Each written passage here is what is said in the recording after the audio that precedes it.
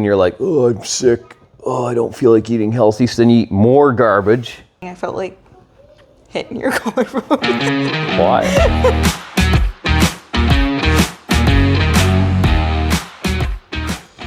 Hey, welcome to episode 14 of the Duncan and Deanna Show, where we talk about homeschool health and a little bit of business.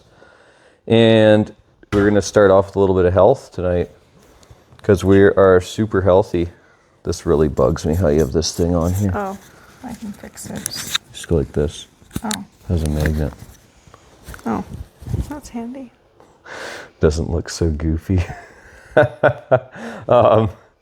what were we talking about? Oh, how we don't get sick ever. Pretty much. We went through almost a whole winter now without getting sick. Like, I lost my voice for a bit and have still whatever's going on, but it's... Yeah. The kids have gotten like a runny nose every now and then, but it lasts like a couple of days and then it's gone. Ember has one, you said, right now? Ember has one right now. But like, no, like sick, like the flu. And it's been less sunny than normal, so it's not that we're getting more sun. No, and we're out of that house, which helps probably. Yeah, I think there was some mold in there. But I think eating healthy is a huge part of it. Because like a lot of other people have been getting pretty sick this winter. Mm-hmm.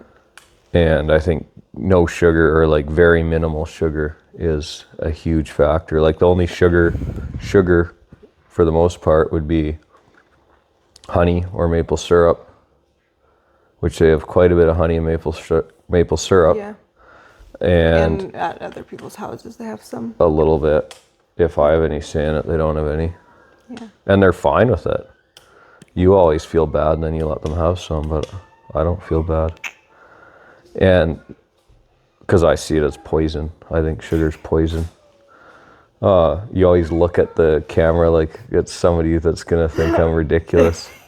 I don't know if we should be sitting here like talking like this to the camera. Talking or just to like it. Talking to each other. Well, it depends like, if you like pretend that it's not there. Your side profile or your face on one. Well, my side profile, I noticed in the last video, is looking even more pronounced. That's because you're losing fat. Yeah. So you're getting a sharp chin. That's not a good thing, though. Why? Because I was like, wow, it's looking very defined. What's wrong with your chin? Why don't you like how you look? What? I don't mind it, but I'm like, wow, like the jaw is jawing. Nothing wrong with that. The chin is shinning. There's nothing wrong with that. I think the only reason you would care about it is if you care what other people think. I know. Which we always talk about. But anyway, chocolate chips, that's the other thing I've seen them eat. I don't know why you keep buying chocolate chips. And chocolate chips and ketchup. I eat both of those. Like ketchup's like tomato sauce, liquid sugar. Like it's just the worst. Yeah, I know. I made the ketchup chocolate that chips one time, aren't good either. and They're it was just good. candy. I think I'm gonna once that ketchup's gone, I'm gonna keep the bottle and just like put the other ketchup in it because it would probably get used more if it was in that bottle. But I got that ketchup because we had company over for burgers that time, and I was like, they don't need ketchup. No. Yeah, you don't eat burgers without ketchup. Put barbecue sauce on. No, you don't have to eat it. That's like saying you can't have. Good though. That's like saying you can't have supper without having dessert or some garbage. Like, no, you anyway, don't and need then it. I was telling a friend Liquid today, sugar. I was like, chocolate chips are just like, I can't live without chocolate chips. They're candy. You just don't feel like they're candy for some reason, but they are. They are. They're not good They're for you. just candy. You might as well just go buy some chocolate bars. I put them in baking. What are you doing? I put them in baking. I'm like, there's nothing better than chocolate chips and banana bread. And then we were at that, like, Holy Carbs in Kelowna. Shout out to Holy Carb in Kelowna. That place is good. So many low carb options. Can you give her a Sucky, please? Go help her out and then stay in bed. The bag of chocolate chips. Duncan was getting mad at me because I was so shocked at the price. There was this little bag like regular chocolate chips, they come in a bag like this big. This little bag of chocolate chips for like $60. That was 30, but anyway. It was not 30. Yeah. No, it wasn't, because I was shocked at the price. And those, the big bag now, I was gonna get the price, but the big bag is $25, like the ones you buy at the regular ones. That's why I know it was not 30, because that's like whatever, that's expected a bit more. This was like almost $60. Oh. Well, just don't buy chocolate chips. You don't need chocolate chips. Yeah, you have to have chocolate chips no, you and don't. banana bread. No, you can make banana bread without chocolate chips in it. Okay, it's not that important. Yeah, it is. It's sugar. No, I'm talking about like the price. Finding the price. It was very expensive. But yeah, I think like chocolate chips are fairly necessary. Just look up on Amazon.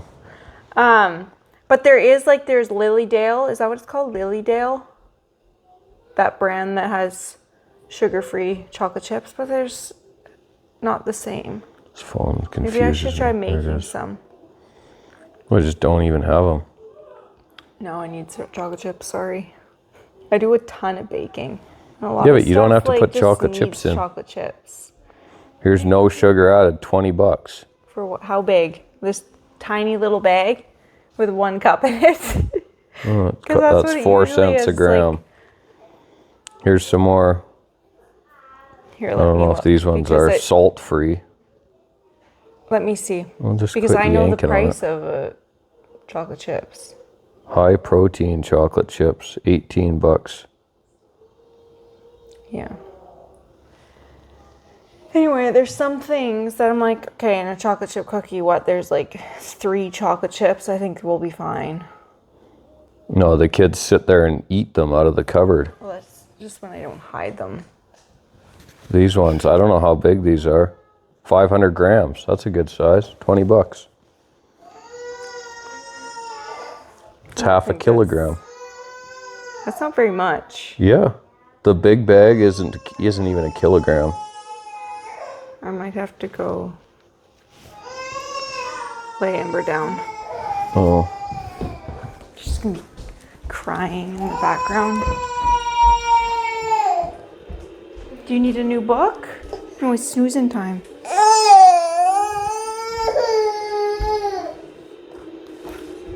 Here you go. Here.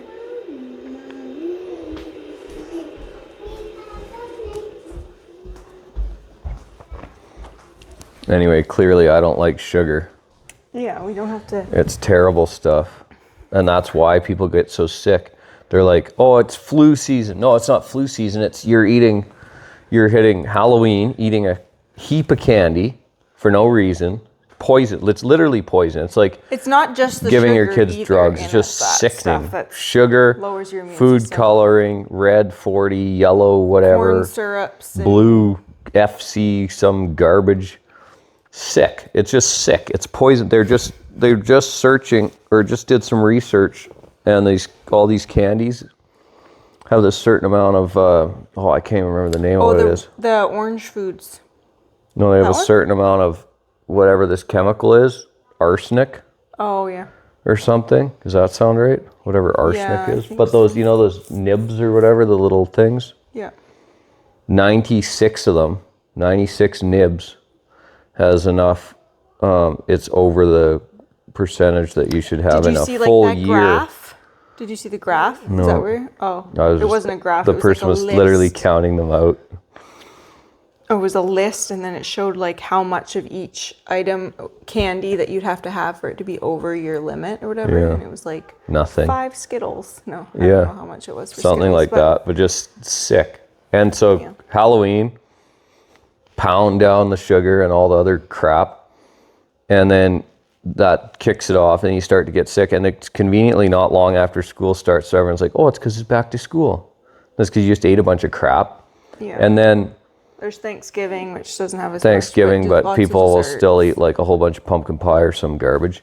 And then you go into Christmas, which people just eat sweets like mad. Like, it's pretty normal to have like a thing of chocolates on the table during Christmas, and everyone just, you buy those heart-shaped, not necessarily heart-shaped, but those chocolate things. Yeah, and just whatever. People just honk those down, like the liqueur ones. And oh man, I remember when I used to eat piles of them. and you're sick all winter. Well, no wonder.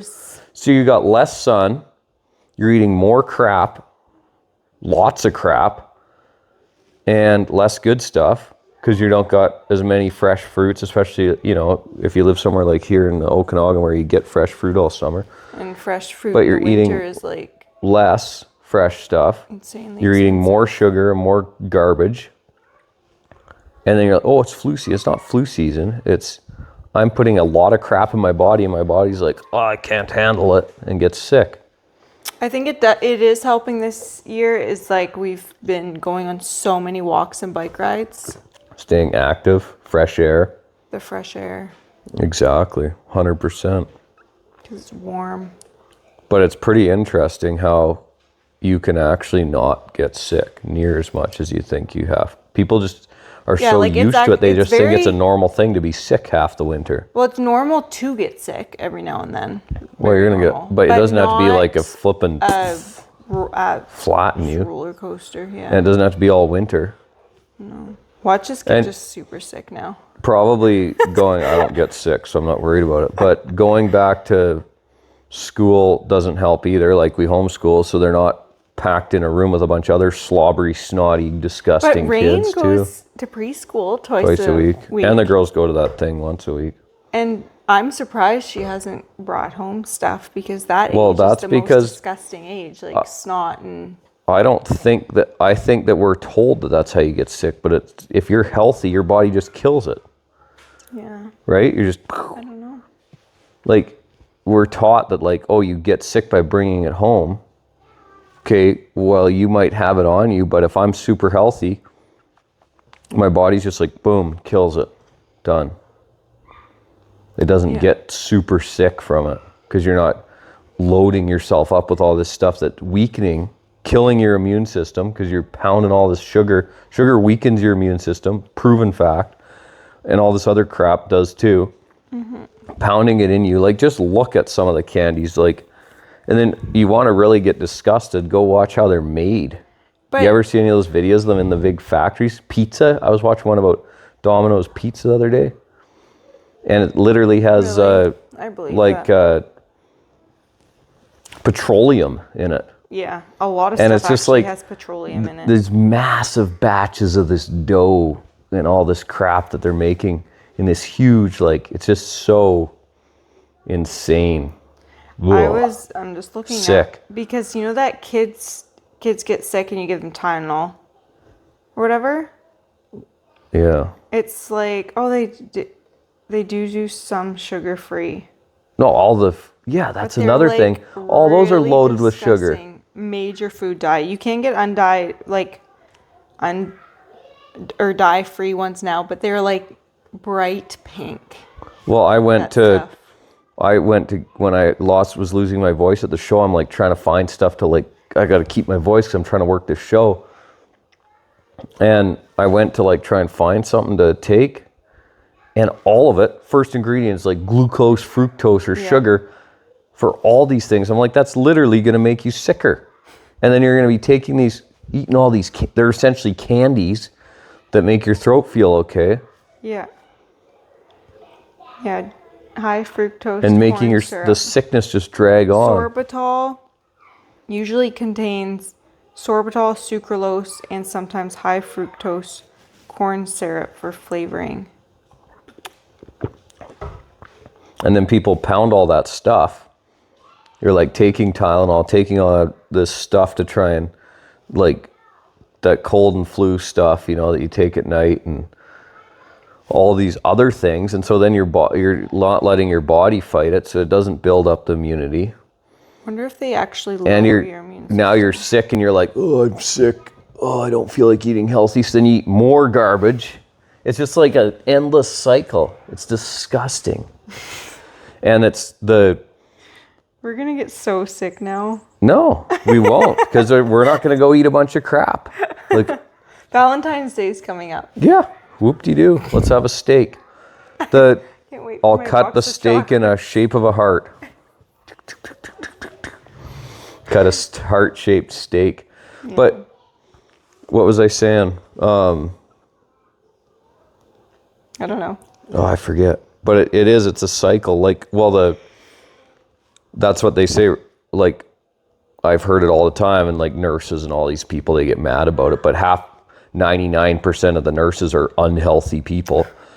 And it's always like, what they do is they got to figure out how to keep you alive, because you're not a customer if you're dead, but if you're healthy, you're also not a customer. So the hospitals, the pharmaceutical companies, the people making Tylenol, all these people, they got to keep you in this little zone where you're alive, but you're not healthy. You got to be in the sick state. The more they can keep you in a sick state, dead serious. You don't believe that? No, I do. They 100% do it. Then why are you saying, Duncan, like, you believe it? Say it. And they keep you in this sick state in between healthy and dead. And the longer they can drag you between there, the more money they make. And if someone thinks that money doesn't drive that, they're wrong. Money 100% drives the whole entire world. Yeah. Money runs the world. And to think that that's false, you're just naive. And maybe you're a good person until you need some money. Like most of the people that work in the healthcare system have good intentions. It's the people that are actually running it and how they're... No, I would say you're stretching it to say most of them. I would say there's a good chunk of them that gets a high-paying job, and so they go work a high-paying job, and they make a bunch of money. They couldn't care less about who's in there or what's happening.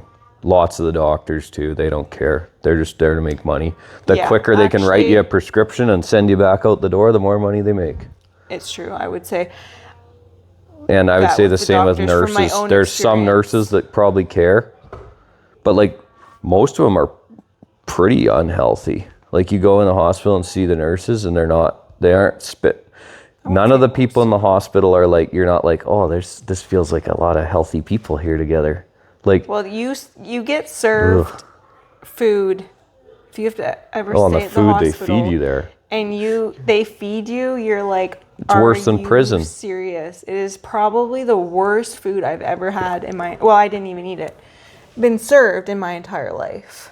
It's sickening. And then when my brother got diabetes when he was a kid, they're like bringing him diabetes. So when you have diabetes, doesn't matter what type 1 or 2. He had type 1, which is when your pancreas dies off. Type 2 is when you just eat so unhealthy and you're overweight and your pancreas can't keep up making insulin, which is literally completely controlled by diet, but they take pills to fix it anyway. But type 1, your pancreas dies off. If you catch it soon enough, you can actually get your pancreas to keep producing insulin. But that aside, he's diabetic in the hospital, high sugar. They get him back down, pumping him with insulin and everything, right? And they bring his meal, and it's like mashed potatoes and stuff, like high carbs and starch, which turns instantly to sugar. And the food they were bringing him was the exact opposite of what a diabetic should eat. So you're like sticking insulin in a guy, which brings your sugar down, blood sugar, right? Controls your blood sugar, pumping him full of insulin because his blood sugar was through the roof, and then feeding him mashed potatoes and juice and all this crap. It like doesn't make any, like they have no idea of what health is. But if they do that, when you look at it in the back end, I guess they just keep the guy real sick for longer, keep him in the hospital, make more money. It's a racket. And a lot of those people, like you say they have good intentions, and maybe they do or maybe they don't, but they are brainwashed. I think most do, yeah. Like they're brainwashed, 100%. I'd agree with that. Yeah.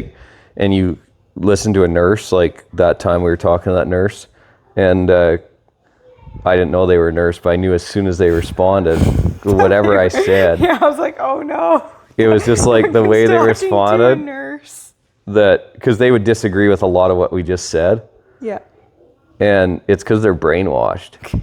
Like so brainwashed. They just like wipe their brains clean and put this like completely wrong. It's wrong information. It is. And it's a fact that it's wrong. More and more people are starting to recognize that. But like a hospital, I mean, I don't even like going to the hospital as a kid. But I think unless you're dying, you shouldn't even go to a hospital. I mean, I took Willow to the hospital for a broken arm. They didn't even fix it. No, the lady wrapped it up and you had to go get it re-broken a week later to get it fixed properly. Like, just so terrible. Like, what was the point? I could have wrapped something around her arm, took the tree she fell off, cut a branch off it and taped it to her arm, and it would have been the same as what that doctor did. Because the doctor was too scared to set her arm. She was too scared. And I could tell she was scared too. Well, I would be scared too. Yeah, but you're a doctor, that's your job. If another kid breaks an arm, I'll set it. Dad set my arms when I was a kid, and we'd go into the doctor and they'd be like, oh, somebody set it already. Dad's like, yep, I did. And then they put a cast on and it's good to go. Really? And I don't even remember him setting it, because right when you fall and break it is the best time to do it, because you're in so much pain already. Someone yinking around on your arm, putting the bones back together, you don't even know, because you're already just in an insane amount of pain. Never broke. I went to the hospital for my broken collarbone. Didn't do 7 years ago. They did nothing. They gave me a sling. Well, I don't think they do anything for collarbones anyway. Well, they do surgery sometimes. But then they tell you to come back every 2 weeks and get it checked. I think I went back the one time. I forget what the guy told me, but it just ticked me off. And I literally chucked the sling out when I walked out of there. Never wore it again. Yeah. It was just an inconvenience. It was hot and whatever, and it still didn't help. Remember, we were going for a walk, that bug like hit me in the face and I jumped. Yeah, and I had zero sympathy. Oh, that hurt.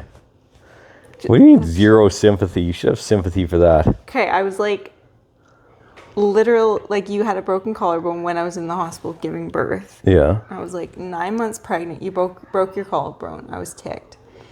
Then it's not like I tried to go break a collarbone. No, but you were off doing something dumb, I guess. I wasn't doing something dumb. I was dirt biking. And I was, hit you a were tree. Like, oh, my collarbone. And then he's like,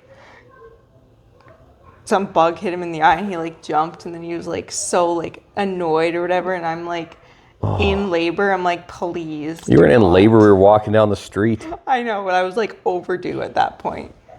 So uncomfortable, and I'm it's probably more comfortable than a broken collarbone. Complaining about his collarbone, and then we're in the hospital and I'm literally giving birth and his arm's in a sling. I felt like hitting your collarbone. Why? It's ridiculous. Wouldn't have made any difference to you if I had a broken collarbone or not. That's. I had to listen to it. It's miserable, a broken collarbone. And then you had a hard time holding. Yeah. The baby. Well, now I wouldn't, but I wasn't used to kids then. The baby, it's your collarbone. Yeah, I wasn't used to babies. Like, now it wouldn't even faze me, but then it was like, how do you hold this thing? I got one arm I can't even use. Broken collarbones are rough, because every time you roll over in your sleep, it re-breaks. Oh, yeah.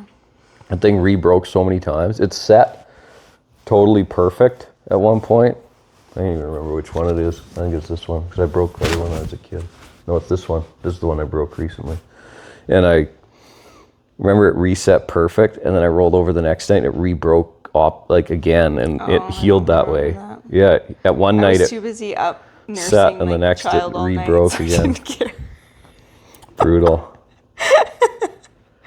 Don't you think it was a lot harder to have one kid than it was to have the fourth kid we had? Yeah. Like, one probably because first of all, your life just totally changes. Yeah. Like, people ask sometimes, like, oh, like, what's the hardest transition, like, between which kid? Like, 2 to 3 or whatever?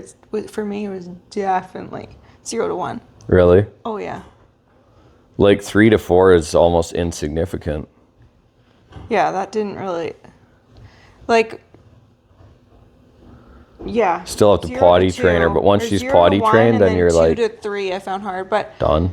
Or 1 to 2 or whatever. But I was talking to someone the other day, and they had one kid, but their kid was like 4 or something. Go to bed. What are you doing up here? We were talking about because she was saying like, I don't know how you do it or whatever, and I'm like, I don't know how you do it. She had how many? 1.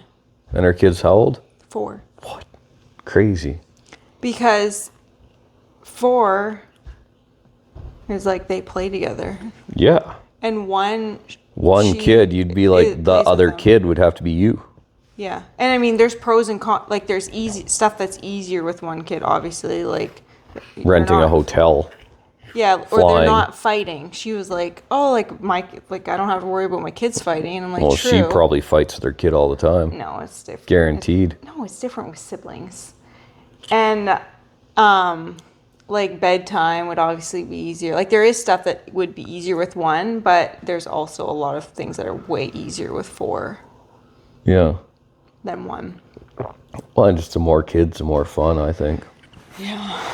That's the only thing that's a pain is like once you have 6 in a family, like a lot of hotel rooms will say you can't have more than 5 people in them. So you got to either just say you have 5 or you got to have 2 rooms, which is dumb. So I don't know what I usually do. But I think like I've either lucked out and got places that said 5 was fine, 6 was fine. So will they let you? Does that change the rules? Like you're not going to put 2 kids in their own room at this age. No. But I remember that being a problem when we were kids too. Well, even but I just wouldn't tell them everyone's in there. Who cares? And then what else is a pain? Flying can be a little bit but of a nuisance. It's a lot of seats. And they were like, excuse me, ma'am, you can't have 4 kids with you. Oh, in Revelstoke? Yeah, there has to be 2 adults. I was like, these are my children. What do you mean I can't swim with my kids? Yeah, because I was in the hot tub. Yeah. But that whole pool is an absolute joke. I know. Revelstoke pool. Don't go there. If you're ever in Revelstoke. If you have kids and you want to just be left alone and swim with your kids, don't go there. They were like non-stop getting us in trouble for something. Every pool and we weren't even doing anything. Every pool says like you have to have your kids by arm's reach or within arm's reach. And I'm always obviously with the kids when we're swimming, and they're swimming around you. Like, yeah, if one of them went under and whatever, you could easily get to them within seconds. Like, but this one, they literally meant they had to. And they couldn't be behind you, remember? Them, and they couldn't be behind you. So I was like there with 4 kids holding one. The other 3 had to be literally right there. But they were on. It's just nonstop about stuff. Yeah. Like, what were they even getting annoyed? Because I think 4 or 5 times in the 40 minutes we were there, they were cracking the whip at us. One of the kids was with you, and then we were like probably 10 feet away from each other, and she walked to me. Yeah, literally. And they yelled that at her. Shallow that she was walking. Oh yeah, and had water wings on. Thing. They all had life jackets on too. Yeah, except Ember, but I had to hold her the whole time, obviously. Yeah.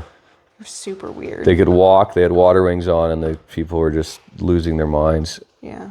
And then I knew, and I slapped a noodle just to see what they would do. One time, and they and she was like on me. So funny, and I knew she would be, but I just was like, oh, let's see, because like that stuff ticks me off, and then I start to like, oh, how can I kind of make a little bit of problems for them? There was like we were going around the lazy river, and one of the kids was behind me. With that's when, and I was with you then. You were in front, so we were all in a line, and then probably holding on to you too. Yeah, like I could feel her behind me, like because she's kind of scared of the water, and I was like going kind of sideways, so I was watching her the whole time. Anyway, got yelled at. Excuse me, she can't be behind you. I was like, she leaned over because I just rolled my eyes, and then the lady got all red, embarrassed. Well, yeah, she should feel embarrassed because they were obviously like the pool was enforcing it, not. Yeah. Well, I mean, yeah. Yeah, no, that head honcho lifeguard there that rips around was enforcing it because you could tell, and then they probably get fired or something if they don't get on you. Probably. There was probably like I've never been in a pool with so many lifeguards. Oh, it was insane. Like I thought someone must have just drowned there the week before, but then the Google reviews made it sound like it's been like that for like a year or 2. At least a year. The Google reviews had a few. Anyway, super weird, but. There's a few places you go where you're like, oh, they are not set up for big families, even though it's not really that big. Mm-hmm. Yeah, we shouldn't be considered a big family. That's the whole problem. 4 kids is just barely doing our duty to keep the white culture alive. Hey. Like, seriously, lots of those European countries have gone beyond the point of their culture will die because they're past the point of ever being able to recover. They could just have as many kids as they want, and they couldn't make it. Yeah. Each. And that's same here. Like, people hardly have any kids. Like, we have friends that have no kids, and they're like dang near 40. We do? Yeah. Oh. Get on it, guys. You know who you are. You know who you are. But it's like, it's actually crazy when 4 is considered a big family. I know. You get a lot of comments from people when you're out in town just because the amount of kids. And I'm like, whatever, I mean, you grew up with 3 more siblings, 4 of you. Mm-hmm. I grew up with 4 of us. It's like, that seems to me that like that's kind of normal. Well, most families. And then all these people just have 1 or 2 kids now. But I think. What's wrong with you? Or they have 1 kid with 6 different people, which is equally as poor. Yeah. I have been seeing a few more bigger families though, but maybe it's just the people I follow on Instagram or something. Yeah, you see what you look for. Massive well, I shouldn't say massive, but bigger families.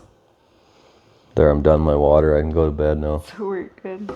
We're good. Have half a thing of water to drink. I had to drink my water, and we're like, might as well be productive and do our podcast for the day while I finish my water. You know that we're only a month from being done 75 hard. I know. That's crazy. That's good. We'll have to do it again when we finish it. No.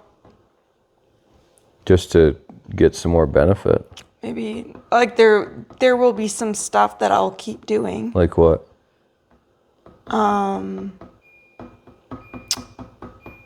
Walking. I'll work out once a day. Mm-hmm. Usually that's what I do. I slip back to once a day instead of twice. Yeah. Because I just need the time. Some days I'm like, I just need this time to do other stuff, but I have to do my workout, which is good. But once a day is fine, I think. Mm-hmm. I'd like to keep reading my books.